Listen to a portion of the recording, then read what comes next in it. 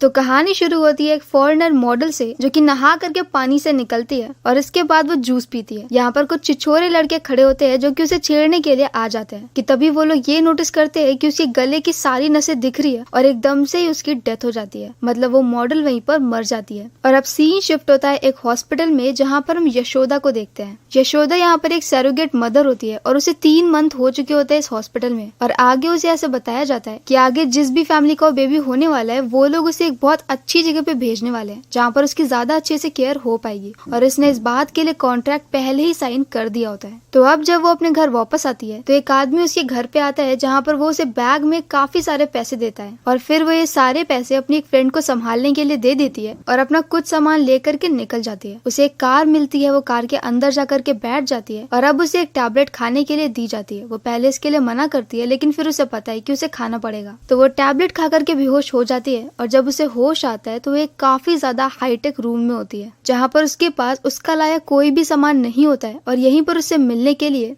एक लड़की आती है जिसका नाम होता है मधु। इस पूरी जगह पे जहाँ पर इस वक्त यशोदा रह रही है उस जगह का नाम है ईवा और उसी जगह की ओनर है मधु। मधु उसे ये बताती है कि पूरी दुनिया से लोगों को सैरोगेट मदर्स की जरूरत पड़ती है और वो लोग ईवा जैसी कंपनीज को हायर करते हैं कि वो उनकी सैरोगेट मदर्स को अच्छे से ट्रीट करे, उनका अच्छे से केयर करे और बाद में उनका बेबी उन्हें दे दे। और इसीलिए वो यहाँ पर है। यहाँ पर उसके अलावा बहुत सारी सैरोगेट मदर्स हैं। और हम देखते हैं नेक्स्ट सीन में शिव नाम के एक पॉलिटिशियन को जो कि अपनी एक गर्लफ्रेंड मॉडल के साथ में कार से कहीं जा रहा होता है कि तभी उसका एक्सीडेंट हो जाता है और इस एक्सीडेंट में दोनों की ही डेथ हो जाती है। और यही से इस पूरे केस को एक दूसरे ऑफिसर हैंडल कर लेते हैं जहाँ पर शिव की ऑटोप्सी की रिपोर्ट से ये पता चलता है कि शिव का एक्सीडेंट कोई नॉर्मल सा कार एक्सीडेंट नहीं था बल्कि शिव की डेथ हुई है कार में ऑक्सीजन की कमी होने से। तो मतलब कि पूरा एक्सीडेंट प्लान था।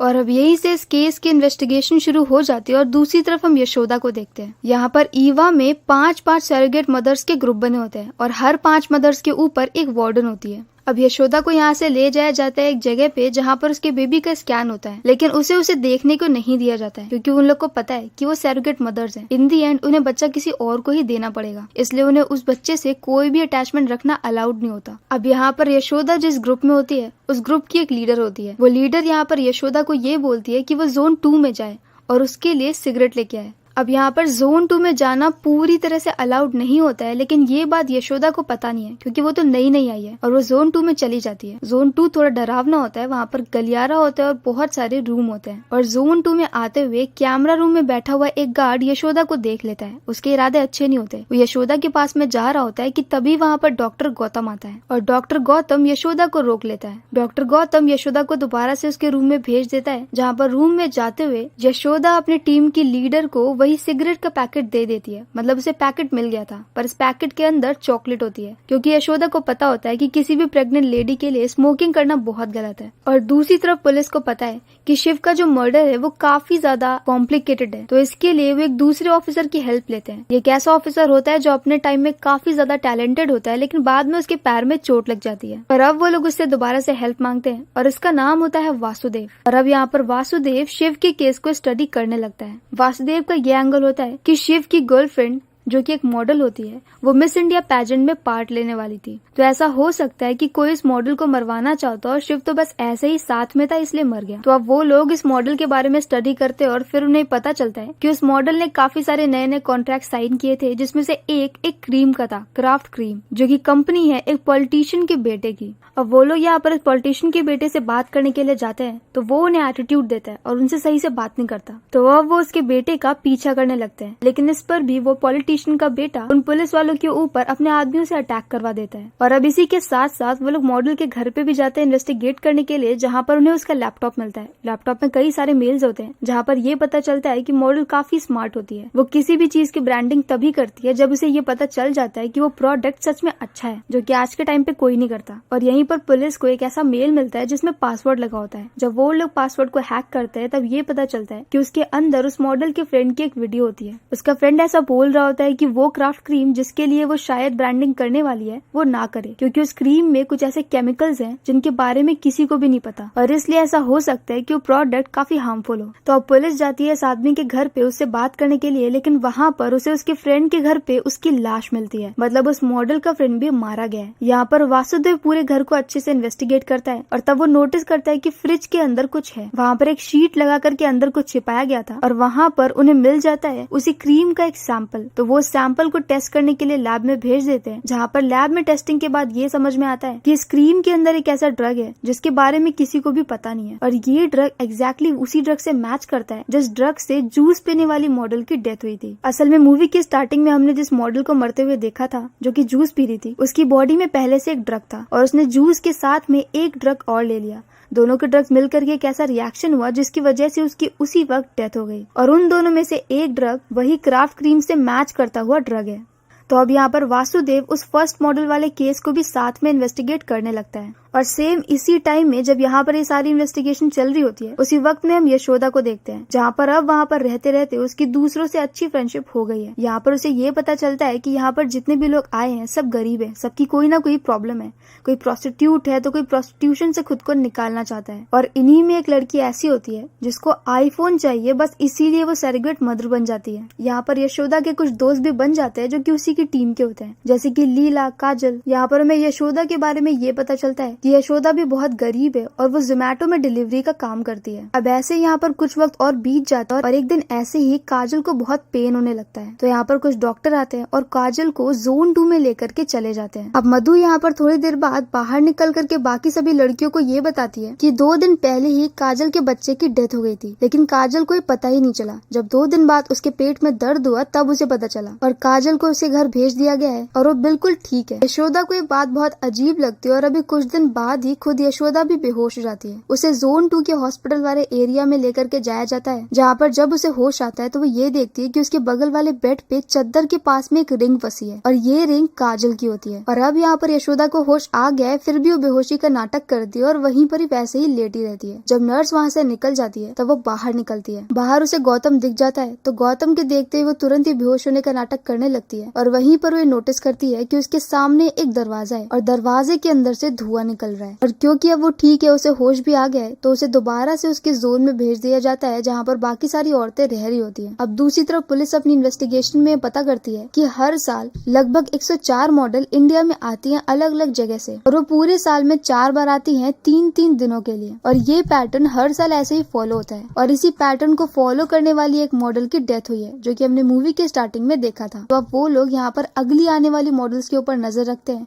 और उनमें से एक मॉडल आ जाती है तो वो लोग उसका पीछा करने लगते हैं। अब नेक्स्ट सीन में जब यशोदा अपने रूम में होती है तो उससे आकर के लीला बात करती है। लीला बोलती है कि उसे बहुत अजीब लग रहा है, यहाँ पर उन्हें टाइम देखने को नहीं मिलता, उन्हें पता नहीं है कि कौन सा दिन चल रहा है, कितने दिन बीत गए, उन्हें बाहर के बारे में कुछ भी नहीं पता। यहाँ पर सब कुछ वो लोग ईवा के अकॉर्डिंग करते हैं, जो वो लोग देते हैं वही चीजें खाते हैं, जो टाइम टेबल वो लोग बताते हैं वही चीजें फॉलो करते हैं और यही सारी बातें यशोदा को भी अजीब लगती है। और अब इसके बाद यशोदा एक बार फिर से अपने रूम की बनी हुई विंडो के सामने जाती है। उसके रूम में एक विंडो है और विंडो के बाहर उसे बहुत सारी दूसरी बिल्डिंग्स दिख रही होती है और यहीं पर रोज एक कबूतर आकर के भी बैठ जाता है। जब वो पहली बार आई थी तभी उसने उस कबूतर को पकड़ने की कोशिश करी थी, लेकिन कबूतर दूर होता है और ग्रिल की वजह से यशोदा का हाथ उस तक पहुंच नहीं पाता और यहाँ पर मधु ने उसे ऐसा बोला था कि वो इस कबूतर को कभी भी पकड़ नहीं पाएगी। तो अब यशोदा यहाँ पर डिसाइड करती है कि अब तो वो इस कबूतर को पकड़ के रहेगी। वो यहाँ पर ग्रिल्स को खोलना शुरू कर देती है। वो ग्रिल को खोलती है, कबूतर को पकड़ने के लिए ग्रिल के ऊपर चढ़ जाती है और अब उसे पता चलता है कि बाहर कोई बिल्डिंग नहीं है और ना ही कोई कबूतर है, बल्कि एक स्क्रीन लगी हुई है और कबूतर वगैरह की जो साउंड है उस सब के लिए अगल बगल स्पीकर लगे हैं और अभी तक वो एक हाइपर रियलिस्टिक स्क्रीन को देख रही थी। तो अब वो स्क्रीन को तोड़ना शुरू कर देती है तो स्क्रीन के दूसरी तरफ उसे बस वॉल दिखती है। तो मतलब कि वो लोग किसी शहर में नहीं है और वो लोग कहाँ है ये बात किसी को नहीं पता। अब यशोदा यहाँ पर पर्दे से उस स्क्रीन को ढक देती है, ग्रिल को दोबारा से सेट करती है और वापस से नॉर्मल हो जाती है। इसी बीच वो एक बार अपनी वार्डन का टैबलेट भी चुरा चुकी होती है और दोबारा से उसे वैसे ही रख भी देती है और वो अपने दोस्तों को ये बताती है कि ये उसने इसलिए किया है क्योंकि वार्डन के साथ उसकी बनती नहीं है और ऐसा करके वो वार्डन को परेशान कर रही है। अब एक दिन यहाँ पर लीला को भी लेबर पेन स्टार्ट हो जाता है और उसे भी जोन 2 में लेकर के चले जाते हैं और इसके बाद लीला का भी कोई नामो निशान नहीं। इसी टाइम में पुलिस यहाँ पर उसी नई मॉडल को फॉलो कर रही होती है और उसे फॉलो करते करते वो लोग जंगल की तरफ आ चुके होते हैं। यहाँ पर रास्ते में कई बार उन्हें रोकने की कोशिश भी करी जाती है जिसकी वजह से वो लोग रास्ता भी भटक जाते हैं। ये भटके हुए रास्ते में वो लोग जंगल में पहुंच चुके हैं जहाँ पर उनके ऊपर आदिवासी और बुल से अटैक होता है। दूसरी तरफ हम देखते हैं यशोदा को। पहले एक बार जो काजल के साथ हो चुका है वो नहीं चाहती कि सेम चीज लीला के भी साथ में हो, तो वो चुपके से जोन 2 में जा रही होती है। लेकिन यहीं पर उसे वो आईफोन वाली लड़की मिलती है। वो लड़की यशोदा को पकड़ लेती है और बोलती है कि उसे यहाँ पर नहीं होना चाहिए।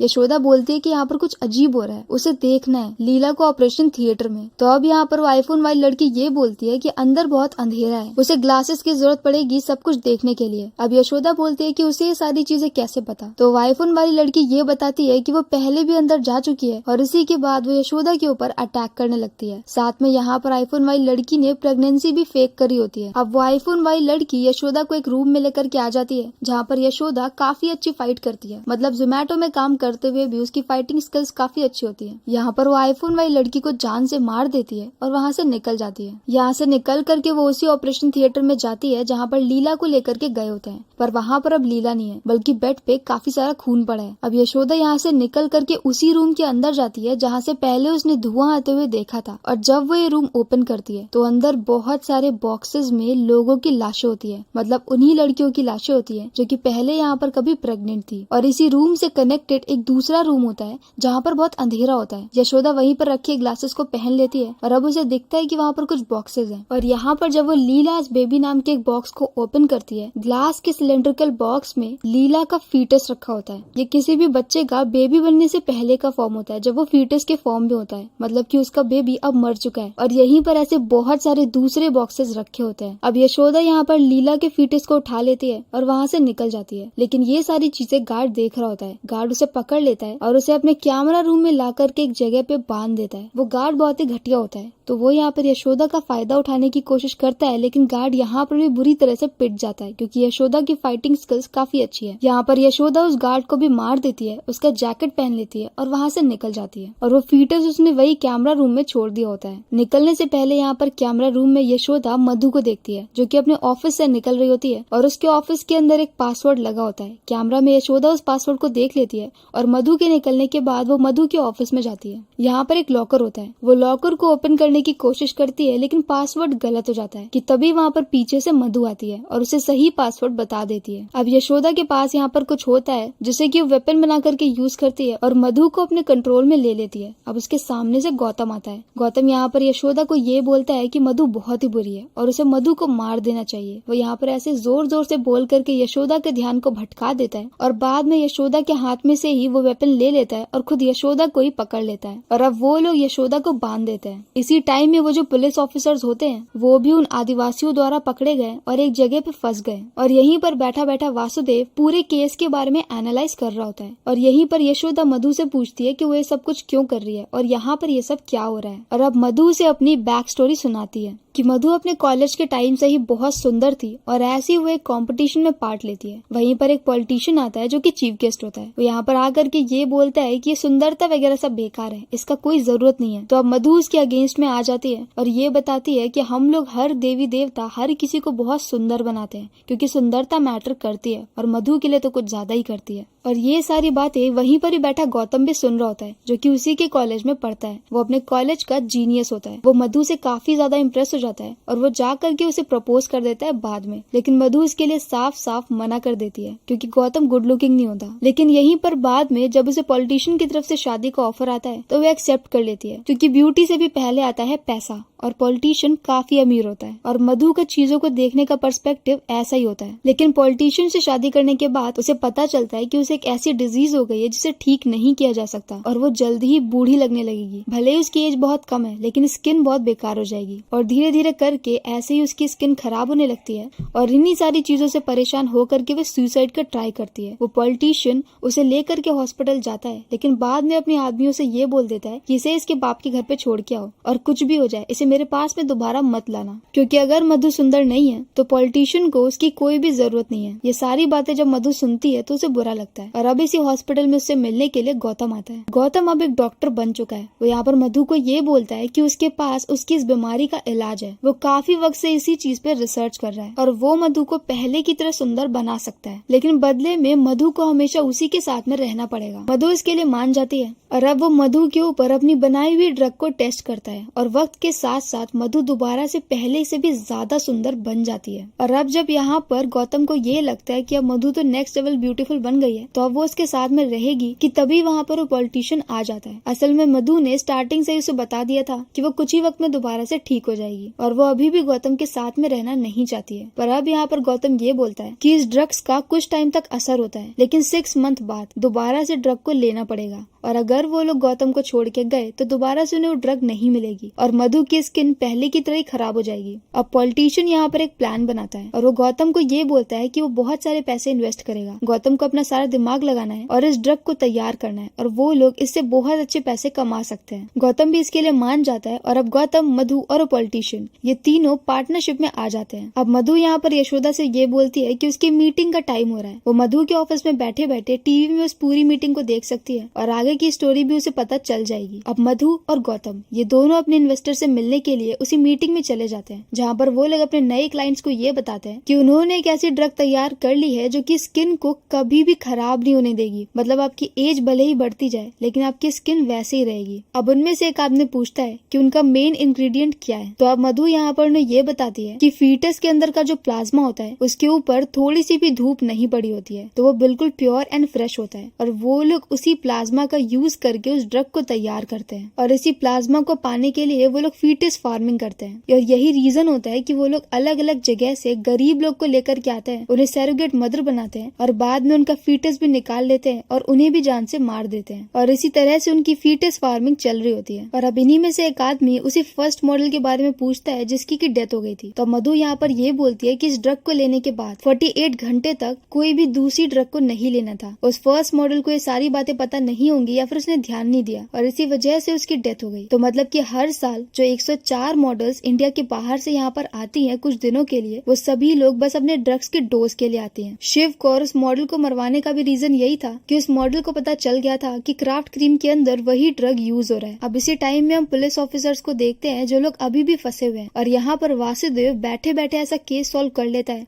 और ये बोलता है कि पुलिस में से कोई मिला हुआ है और तभी वहाँ पर कमिश्नर आता है। उनका हेड, उनका कमिश्नर भी पॉलिटिशियन के साथ में मिला हुआ था और उसे सारी बातें पता थी और उसी ने उन लोगों को यहाँ पर ट्रैप करवाया है और वो यहाँ पर आया होता है उन सबको मारने के लिए। दूसरी तरफ यशोदा जो कि काफी ज्यादा स्किल्ड होती है तो वो अपने बंधे हुए रस्सी के हाथ को ओपन कर लेती है और वहाँ से भाग जाती है। वहाँ से भागते हुए उसे एक इमरजेंसी एग्जिट मिलती है जो कि गुफा जैसी होती है। तो वो गुफा के रास्ते से अंदर निकलती है और एक टनल के रास्ते से बाहर आती है और अब उसे पता चलता है कि वो एक जंगल में है और वो पूरी ईवा की जगह जहाँ पर वो अभी तक रह रही थी वो पहाड़ के अंदर बनी हुई है ताकि किसी को भी इस जगह के बारे में पता न चले। लेकिन यहाँ पर टनल के बाहर कुछ कुत्ते होते हैं। वो कुत्ते यहाँ पर यशोदा का पीछा करने लगते हैं और यशोदा यहाँ से भाग रही होती है। भागते भागते हुए खाई के रास्ते में पहुंच जाती है जहाँ पर अब तक गौतम भी उसके पीछे पीछे आ चुका होता है। खाई से तो यशोदा कूद नहीं सकती क्योंकि उसके पास स्किल्स हैं, अभी तक उसने सुपर सोल्जर सीरम पिया नहीं है, तो इसलिए वो गौतम के साथ में चली जाती है। मतलब गौतम उसे पकड़ लेता है और उसे जबरदस्ती वापस से अपने ऑफिस में ला करके बंद कर देता है। अब गौतम यहाँ पर यशोदा को मारने से पहले कमिश्नर से वीडियो कॉल पे बात कर रहा होता है। कमिश्नर इस वक्त सभी पुलिस वालों को गन पॉइंट पे लेकर के खड़ा हुआ है और अब वो लोग ये देखते हैं कि गौतम के पीछे से भी एक गन आ गई है और वो गन यशोदा की होती है। जब उसने गार्ड का जैकेट पहना था तो उसने वहाँ से गन को भी ले लिया था। अब वीडियो कॉल चल रही है। वासुदेव यशोदा को देख सकता है कि यशोदा ने गौतम को गन पॉइंट पे लेकर के रखा है और अब हम फाइनली यशोदा की बैकग्राउंड स्टोरी को देखते हैं। यशोदा और उसकी छोटी बहन वृंदा ये दोनों ही गरीब होते हैं और यशोदा जोमेटो डिलीवरी का काम करती है वो यहाँ पर जोमेटो डिलीवरी का काम करते हुए पुलिस में जाने की ट्रेनिंग भी ले रही होती है, जहाँ पर वासुदेव उसे ट्रेन कर रहा होता है। यशोदा काफी ज्यादा स्किल्ड होती है, लेकिन जब वो यहाँ पर सारे एग्जाम को क्वालिफाई करके पुलिस में भर्ती होने के लिए जाती है, तब वहाँ पर जो उसका सीनियर ऑफिसर होता है वो उसे ये बोलता है कि उसे जॉब तभी मिलेगी जब या तो वो 20 लाख रुपए की घूस दे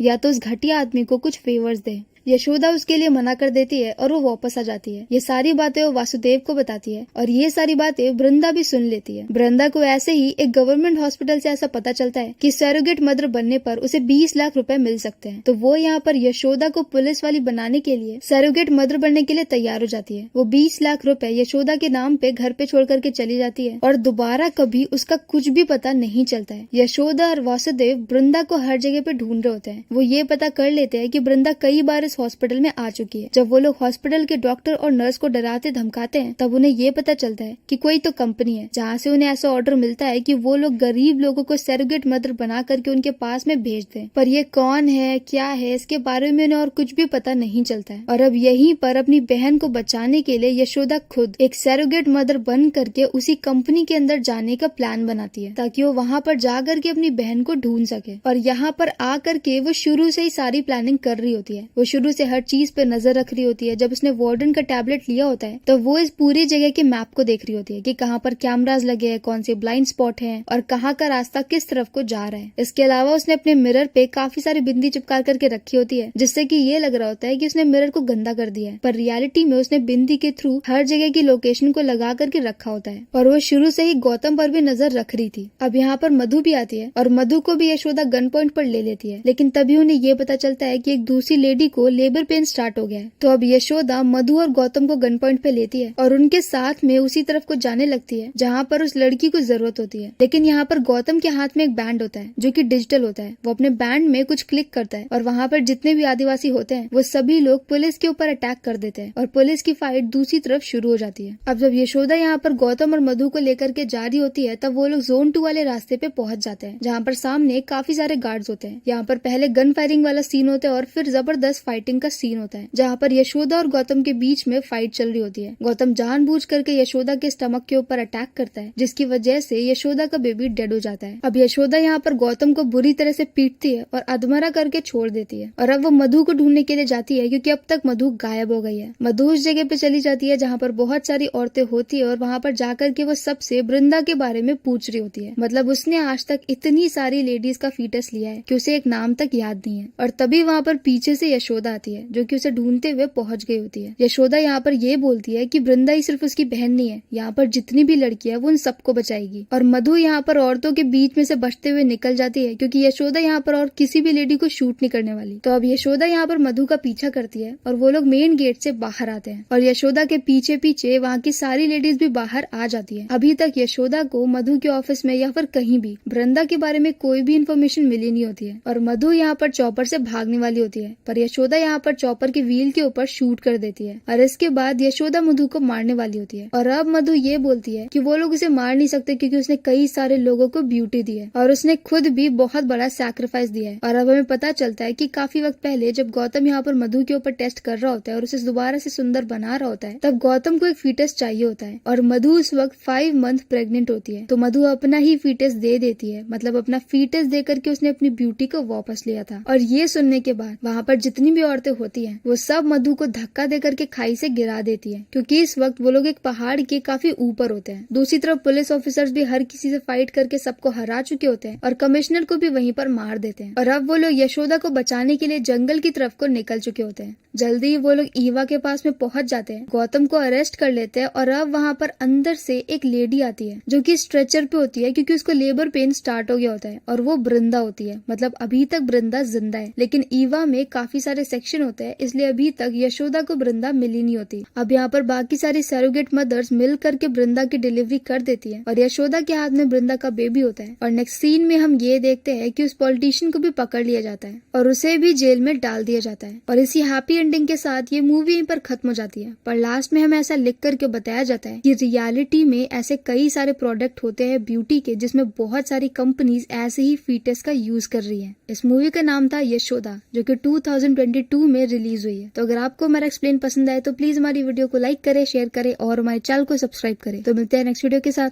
बाय बाय।